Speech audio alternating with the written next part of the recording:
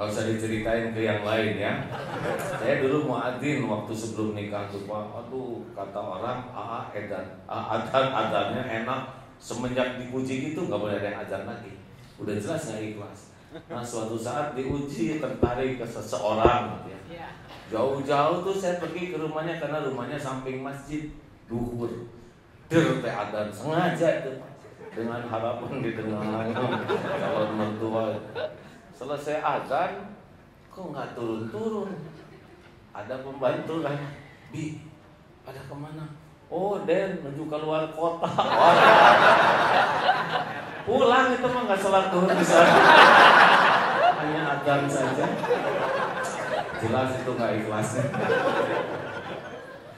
Bisa ikhlas di awal, di tengah bisa belok.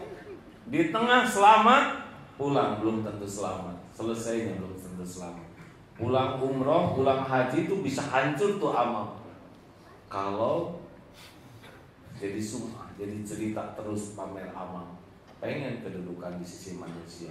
Bismillahirrahmanirrahim. Assalamualaikum warahmatullahi wabarakatuh. Waalaikumsalam. Alhamdulillah. Alhamdulillahi rabbil alamin alladzi khalaqal mauta wal hayata liyabluwakum ayyukum ahsanu amala wa huwal azizul ghafur. Allahumma shalli ala sayyidina Muhammad wa ala alihi wa ashabihi ajma'in. Silakan dirapatkan sedikit supaya yang baru datang bisa mendapat tempat. Alhamdulillah hadirin sekalian. Setiap orang pasti ingin untung, tidak mau rugi. Benar?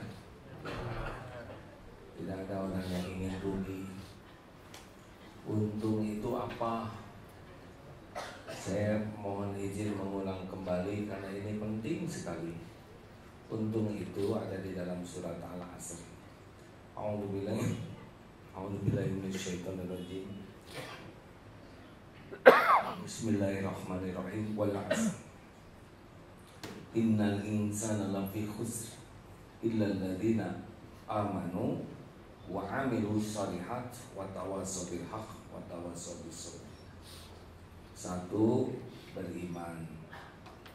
Kalau Imam Ibnu Qayyim menyebutnya paham kebenaran. Dua, jadikan waktunya jadi amal soleh. Tiga, atau mengamalkan kebenaran. Yang ketiga, mendakwahkan kebenaran. Dan yang keempat, tawassul bis, bersabar dan menyabarkan. Politik dalam Islam tidak bisa dipisahkan. Politik yang menguntungkan adalah politik yang menguatkan iman umat, politik yang menjadikan amal soleh, politik yang bisa menjadi dakwah, menyampaikan indahnya Islam rahmatan lil alamin, dan politik yang membuat manusianya bisa sabar dan menyabarkan. Jadi aktivitas apapun menguntungkan kalau empat tadi ikut. Bisnis, mana bisnis yang menguntungkan? Bisnis yang menguatkan iman, bisnis yang jadi amal soleh, bisnis yang jadi dakwah, bisnis yang meningkatkan kualitas sabar dan menyabarkan. Rumah tangga yang menguntungkan yang bagaimana?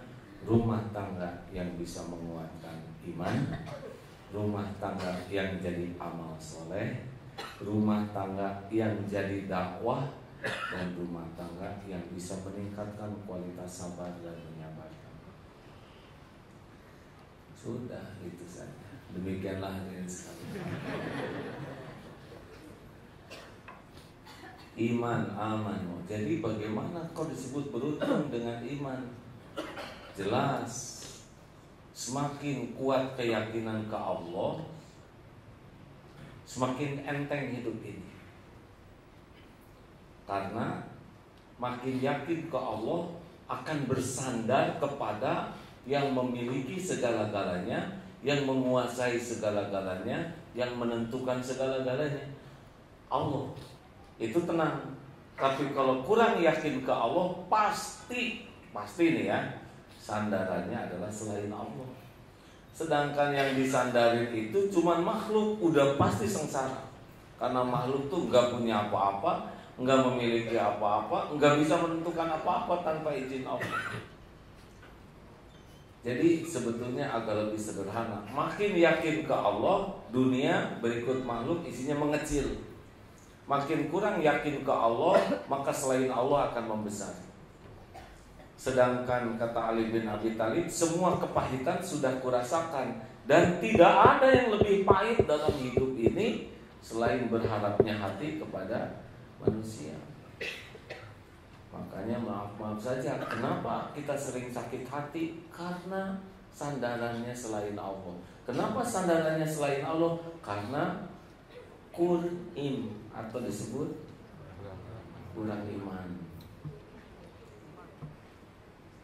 Halo? Yang bersandar ke kantor dengar mutasi seperti mau dimutilasi.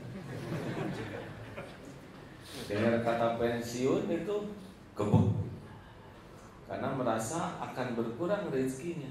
Tapi yang yakin ke Allah udah gak ada masalah tuh. Karena dia hakul yakin rezeki ini Allah yang ngebagi, Allah yang nahan, Allah yang membuka, Allah yang nutup, Allah yang ngambil. Jelas? Nah pertanyaannya, gimana supaya waktu kita menguatkan iman? Waktu itu kan sama 24 jam sehari. Ada yang kuat iman, ada yang lemah iman. Pupuk iman adalah ilmu. Jadi kalau kita ingin menambah yakin ke Allah, gampang. Berapa banyak kita belajar ilmu tentang Allah. Kalau kita belajar ini, belajar itu, baca ini, baca itu, tapi ke Allahnya nggak pernah ada waktu, ya nggak bisa yakin. Allah Subhanahu wa ta'ala mengutus Nabi itu untuk memperkenalkan dirinya, memperkenalkan Allah maksudnya. Al-Quran itu coba Fatihah itu memperkenalkan Allah. Bismillahirrahmanirrahim. Dengan nama Allah yang maha pengasih dan maha penyayang. Alhamdulillahirabbil alamin. Segala puji bagi Allah Rabb semesta alam. Ar-Rahmanir-Rahim. Allah yang maha pengasih, Allah yang maha penyayang. Maliki yaumiddin. Allah yang menguasai hari pembalasan. Iyyaka na'budu wa iyyaka nasta'in. Hanya kepadamu ya Allah kami menyembah, hanya kepadamu ya Allah kami mohon pertolongan. Ihdinas siratal mustaqim. Tunjukkan kepada kami ya Allah jalan yang lurus, jalan orang-orang yang Engkau beri nikmat, bukan yang Engkau murkai dan yang tersesat. Itu Allah. Ayat kursi, ayat terbaik tentang Allah. Nah jadinya sekarang pertanyaannya, tiap hari nambah tidak kita ilmu tentang mengenal Allah?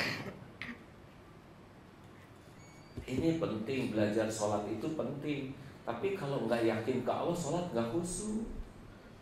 Yang namanya akhlakul karimah itu berbanding lurus dengan tingkat keyakinan ke Allah. Orang ikhlas itu sebanding dengan keyakinannya. Makin yakin Allah melihat dirinya, makin yakin Allah yang membalas segala perbuatannya. Udah nggak pengen dipuji orang tuh, udah nggak ngeh gitu. Udah cari kedudukan di sisi makhluk tuh udah nggak nafsu. Kalau orang sudah yakin Allah yang ngangkat derajat, Allah yang memuliakan, terjadinya jaimisme, perjaiman di hadapan makhluk karena dia belum yakin ke Allah. Sabar itu karena yakin ke Allah. Yakin ini ujian terjadi dengan izin Allah. Yakin ini ujian sudah dihitung oleh Allah, diukur oleh Allah. Yakin ini ujian itu pasti membawa kebaikan kalau disikapi dengan benar di jalan Allah. Yakin ini Allah tidak akan menyia-nyiakan kesabaran. Udah sabar dia karena yakin ke Allah. Syukur, yakin ini nikmat tuh Allah yang memberi. Yakin kalau syukur tuh bakal ditambah nikmat. Nggak capek dengan mikirin nikmat yang belum ada, malah sibuk mensyukuri nikmat yang ada. Ridho ke takdir, yakin bahwa yang menentukan takdir itu Allah. Yakin bahwa perbuatan Allah itu tidak pernah ada yang salah, yang jelek, yang kurang, yang meleset, yang lamban, tidak ada, sempurna. Seperti Nabi Yunus di perut ikan kan, La ilaha illa anta, tauhid. Subhanaka, maha suci engkau. Enggak ada yang kurang, enggak ada yang salah, semua perbuatan Allah. Inni kuntu minaz zalimin, saya yang zalim. Ayo tanya ke diri, jangan sibuk WA terus. Kecuali WA yang menguatkan iman.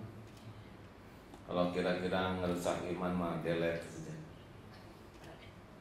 Tidak harus masuk semua grup ya. Pusing ngabisin kuota, ngabisin waktu, menguras emosi. Dulu sebelum ada WA dunia baik-baik saja. Kenapa sekarang WA belum dibalas jadi emosi? Saya sering dimarahin, sombong apa? Kalau dia buka ini ratusan yang belum dibuka ya. Dan nggak mungkin mantengin HP terus. Dah. Sekarang mah ukurannya makin yakin makin tenang. Kalau gelisah kurang yakin. Yang kedua, wa'amilus sholihat.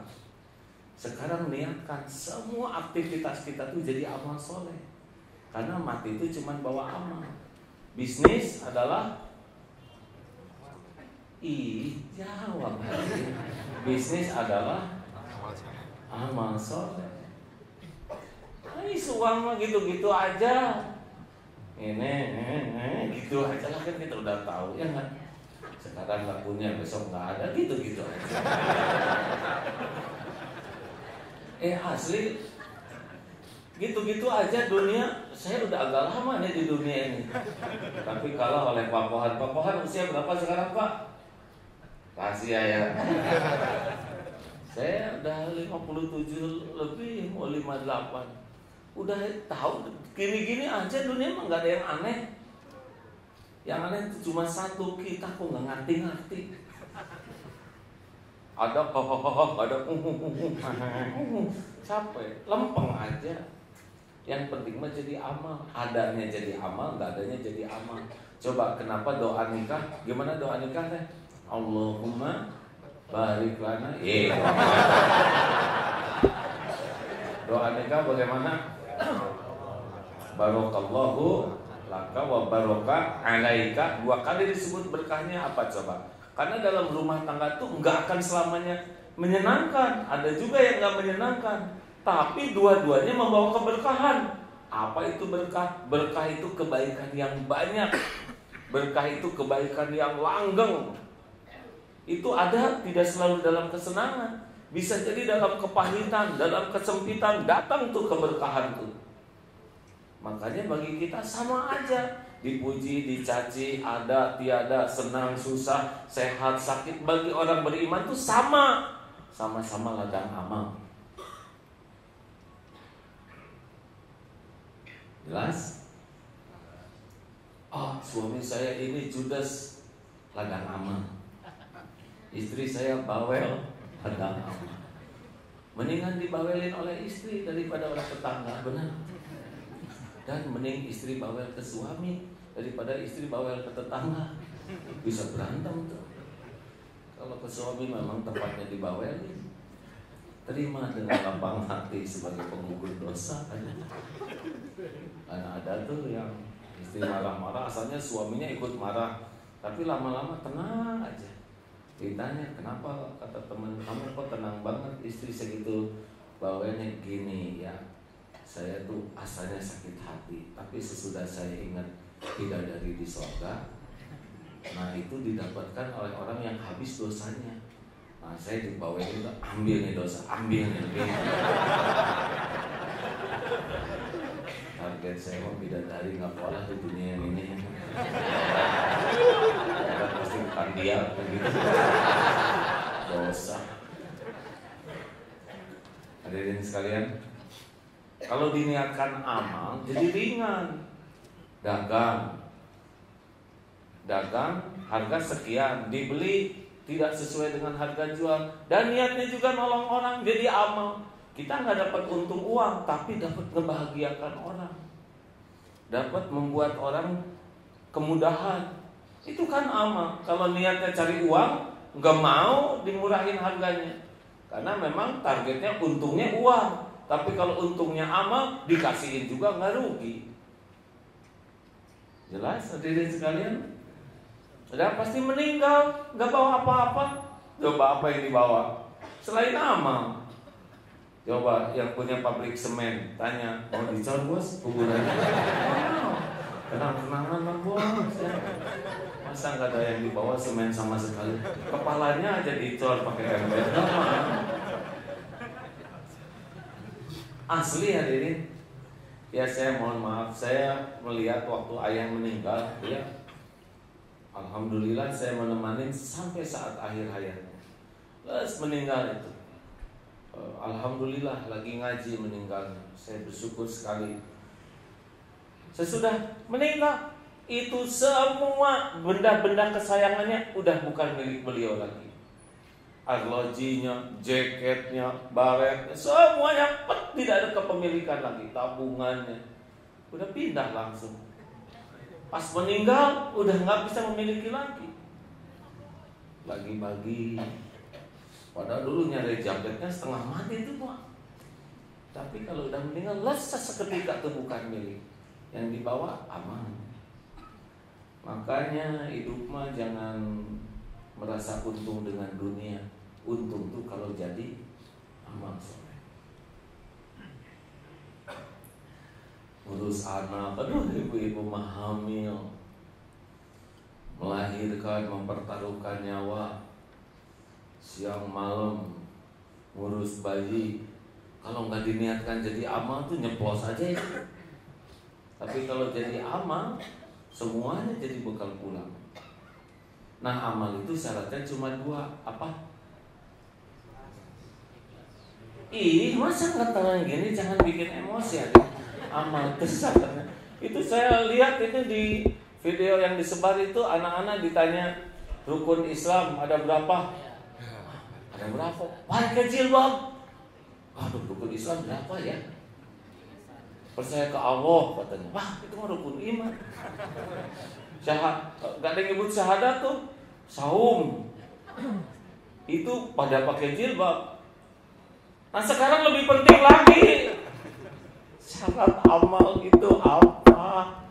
Tegang takut ditanya ya kan, takut viral. Macam kan aki-aki nggak tahu amal kan silahkan 12. Syarat amal itu apa? Ada berapa? Itu mas saya udah ngomong tadi. Ada berapa syarat diterimanya amal? Cuma 2. Rukun iman 5, rukun iman Islam 5, rukun iman 6. Itu berat ngapalinya. Ini diterima amal cuma 2, nggak hafal hadirin. Nggak diterima beneran. 1 apa? Niatnya inna sholati wa nusuki wa mahyaya wa mamati lillahi rabbil alamin. Harus niatnya ikhlas. Yang kedua, amannya sesuai dengan tuntunan Rasul atau benar. Kurang salah satu nggak jadi amal. Saya ikhlas sekali waktu saya korupsi itu dulu ya. Itu mah maling, niatnya lillahi ta'ala nggak benar ya. Tapi maling. Ada sholat, haji, saum, zakat, tapi niatnya pengen dipuji orang, hilang pahala. Makanya wajib bagi kita untuk terus memeriksa hati kita. Niat ada berapa tempatnya? 3, di awal, di tengah, di akhir. Penting ini hadirin. Awalnya bisa benar, tengah belum tentu benar. Azan lagi sepi, Allahu Akbar, Allahu Akbar. Ikhlas, sudah nggak ada siapa-siapa. Datanglah calon mertua, lagi adzan deh, Allah, bisa belok, pengalaman. Astagfirullah. Gak usah diceritain ke yang lain ya. Saya dulu muadzin waktu sebelum nikah tuh Pak. Aduh, kata orang adzannya enak. Semenjak dipuji gitu nggak boleh ada yang adzan lagi. Udah jelas nggak ikhlas. Nah suatu saat diuji tertarik ke seseorang gitu ya. Jauh-jauh tuh saya pergi ke rumahnya karena rumahnya samping masjid. Duhur der teh adzan sengaja itu dengan harapan didengar calon mertua. Selesai adzan kok nggak turun-turun. Ada pembantu kan, Bi, pada kemana? Oh Den, menuju keluar kota. Pulang itu mah nggak sholat duhur di sana. Hanya adzan saja. Jelas itu nggak ikhlasnya.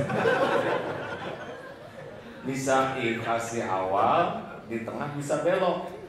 Di tengah selamat, pulang belum tentu selamat. Selesainya belum tentu selamat. Pulang umroh, pulang haji itu bisa hancur tuh amal. Kalau jadi sumah, jadi cerita terus pamer amal.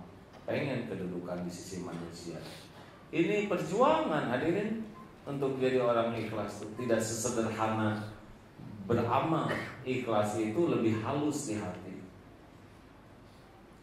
Jadi kalau kita tidak tahu apa rahasia hidup, kita nggak akan meriksa tuh niat kita. Apa sih niat saya?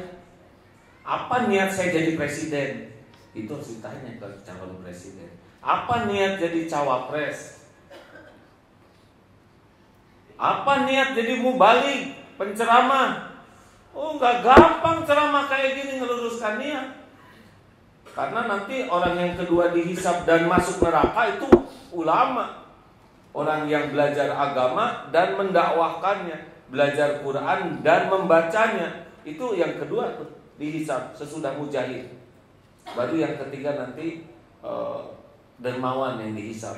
Dan gagalnya masuk surga gara-gara Allah tahu kadzabta, dusta kamu belajar agama, dakwah karena ingin disebut ulama, ingin disebut kiai, ingin disebut dai kondang, ingin disebut ulama ngetop, beken. Allah tahu di isi hati ada gitu, bablas itu nggak diterima amalnya.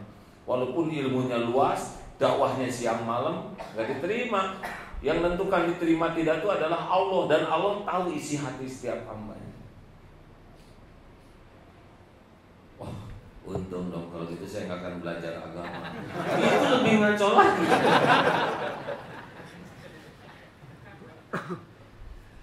Ayo periksa niat. Jarang kita ngelurus-lurusin niat, Pak. Cirinya adalah sering sakit hati. Bu, Ibu. Misal kalau ini pertanyaannya udah pernah kalau nggak salah di sini, harus jawabannya harus jangan yang benar dulu ya supaya. Kalau masak buat suami udah disiapin semua, dimasak, ditata meja, diatur, pokoknya sip lah. Pak, makan dulu Pak.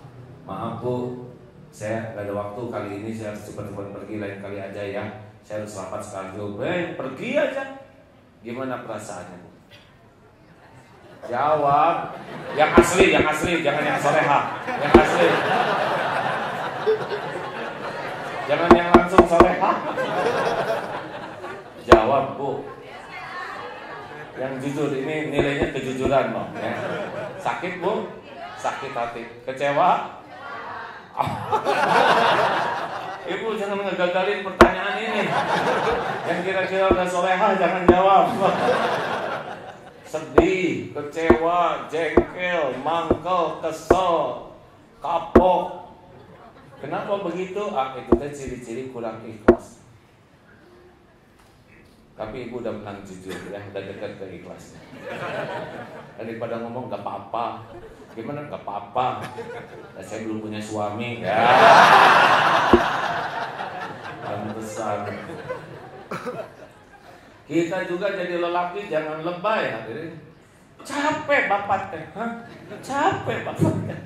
Cok ngomong gitu ke istri, hakul yakin dijawab, apalagi istri. Mereka stok kata-katanya lebih banyak dan lebih lihai, lebih dijiwai. Kan lelaki mah bagian kalah dalam sejarah hidupnya juga.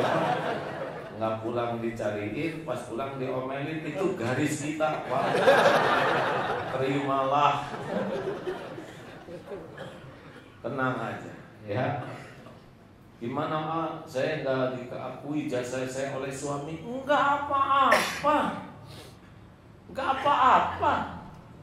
Tapi saya nggak dihargai jeripaya saya, enggak apa-apa.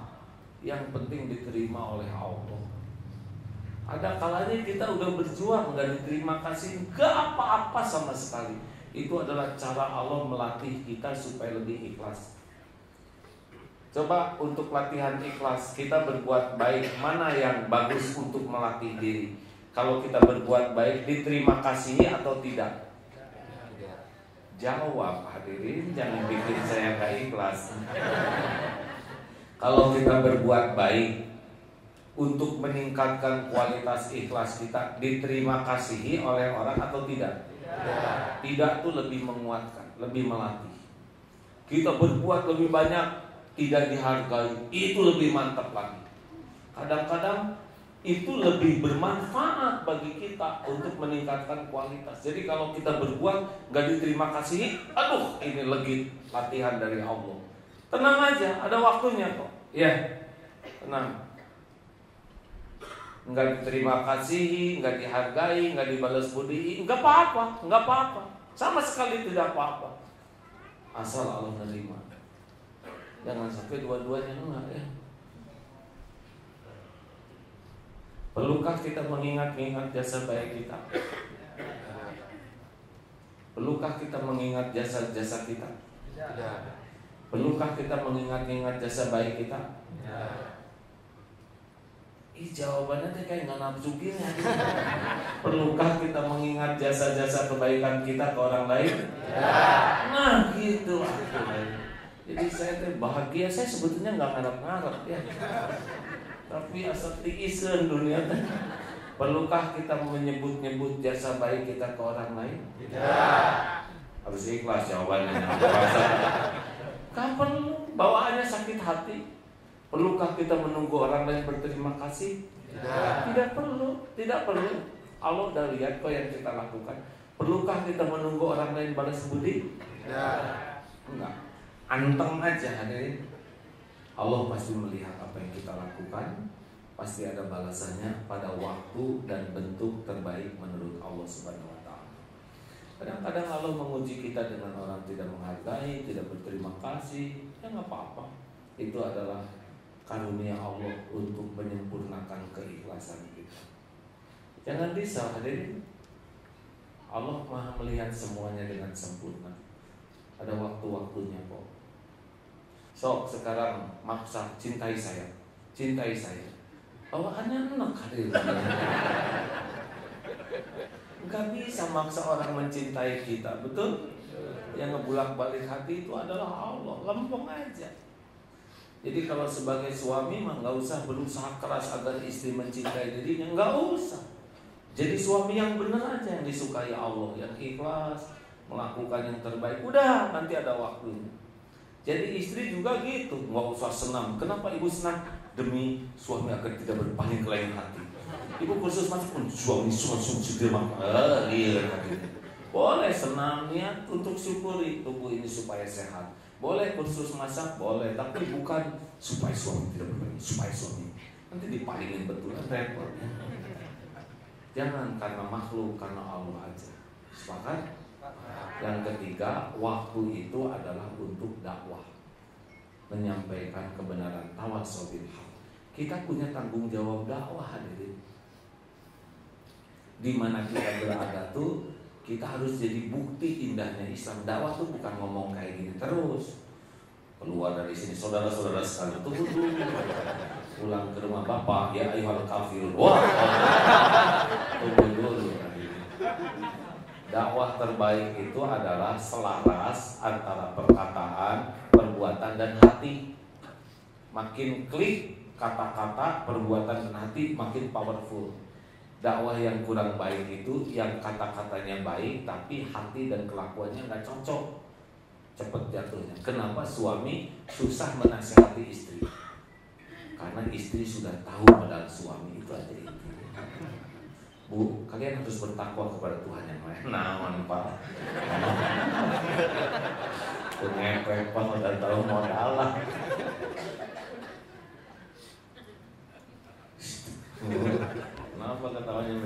ini. Ya, jatuhnya, gagalnya sebuah dakwah adalah ketika kita hanya mengandalkan kekuatan omongan. Harusnya perkataan, perbuatan, dan hati itu klik sama. Jadi powerful. Ayo, dakwah di mana-mana kita berada. Mungut sampah itu dakwah. Senyum itu dakwah. Menjawab telepon dengan ramah juga dakwah. Ring. Halo. Siapa? Saya. Lagi apa? Senyum. Dan ada yang percaya. Senyum kan bukan masalah bibir. Senyum itu masalah hati, coba. Halo. Ya. Apa kabar? Baik. Apa lagi apa? Senyum ceria. Tebak. Apa kabar? Senyum kan nih?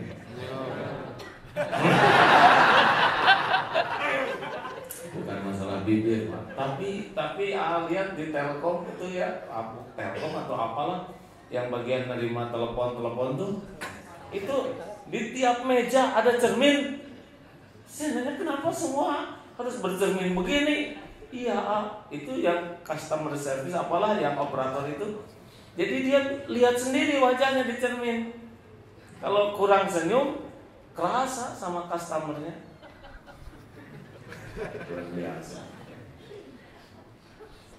Dia lihat tuh di bibirnya sendiri. Dia bisa ngukur. Alah, ini senyum? Ya. Ayo sedekah dengan senyuman.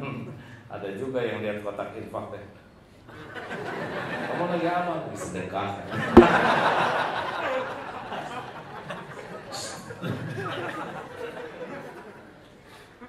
Nomor berapa sekarang? Jadi berumah tangga itu dakwah habisnya. Bisnis itu dakwah. Orang bertransaksi bisnis dengan kita, bukan hanya bawa produk kita, tapi dia juga dapat ilmu, nambah iman, nambah akhlak. Itu bisnis yang bagus. Jangan sampai hanya transaksi uang dan barang, rugi waktu. Benar. Bisnis itu harus jadi amal soleh. Bisnis itu juga harus jadi dakwah. Saya nggak bisnis, saya karyawan di kantor dakwah. Semua punya kewajiban dakwah. Jadilah waktunya itu manfaat. Nih dengar ya, ada seorang master ini, dia milih jadi guru PAUD. Kenapa mau jadi guru PAUD? Karena saya berharap murid-murid ini bisa baca Quran, bisa sholat. Itu syariatnya saya yang ajar.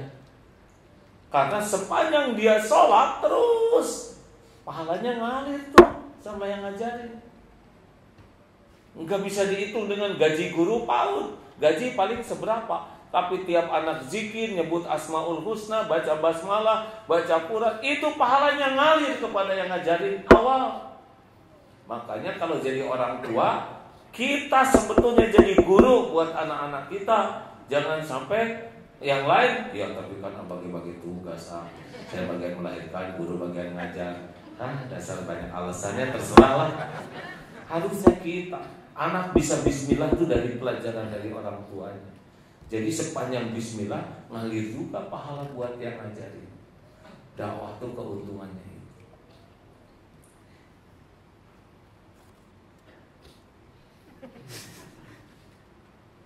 Tangan-tangan semua ini.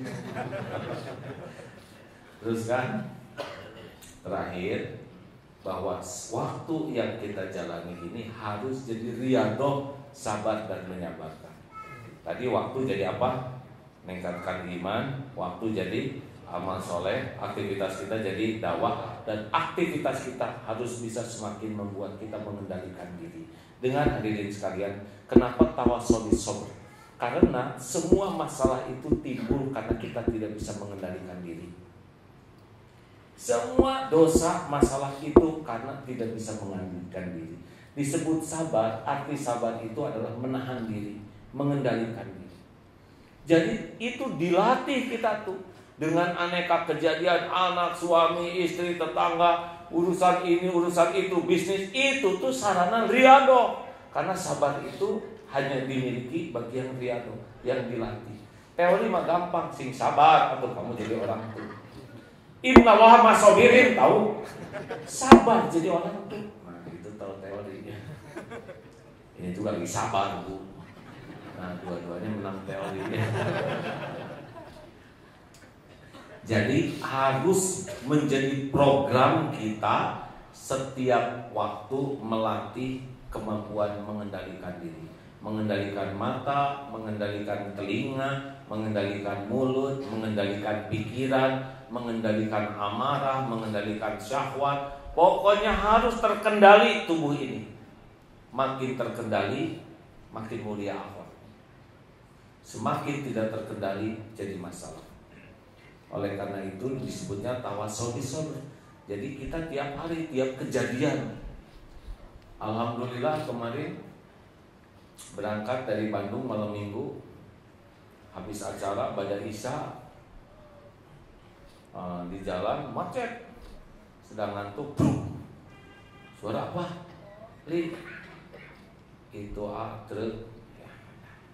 Jadi silaturahim ya antara depan mobil dengan depan truk tuh kayak kompak gitu aja lah.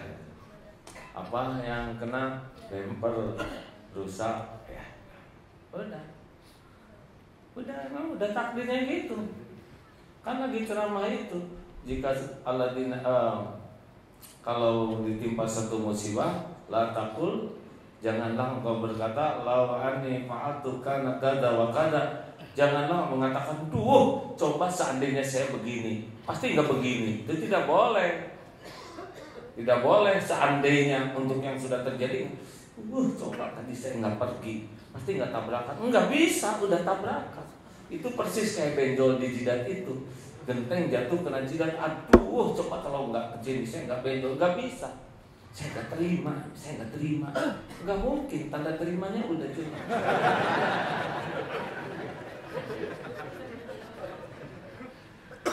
Saya jadi ingat ceramah sering malam-malam itu.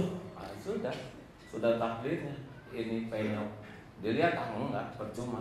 Mobilnya dihentikan, tambah macet nanti truk dan sebagainya, ya kan? Merugikan orang banyak. Atau gimana dong supir truk? Ya udah dia juga nggak ada niat nubruk ke punya kita dan berapa mungkin stres sendiri itu ya. Udahlah nggak apa-apa, jalanin aja. Beres tuh. Nyampe ke sini dah diikat aja tadi pakai karet dah. Beres ya, tinggal bawa ke bengkel. Alhamdulillah ada teman. Udah kirim aja ke kami. Alhamdulillah. Mau digimanain sekarang semua urusan dibikin ribet. Kamu tuh gimana sih? Di mana mata kamu? Ini saya juga.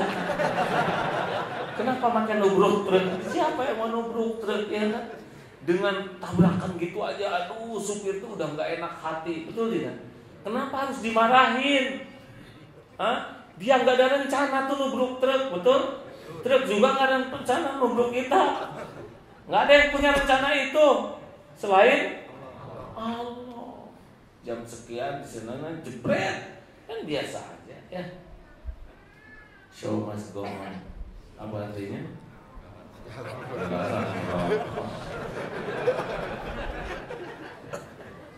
Nah itu latihan sabar. Maafkan ya udah apa ya.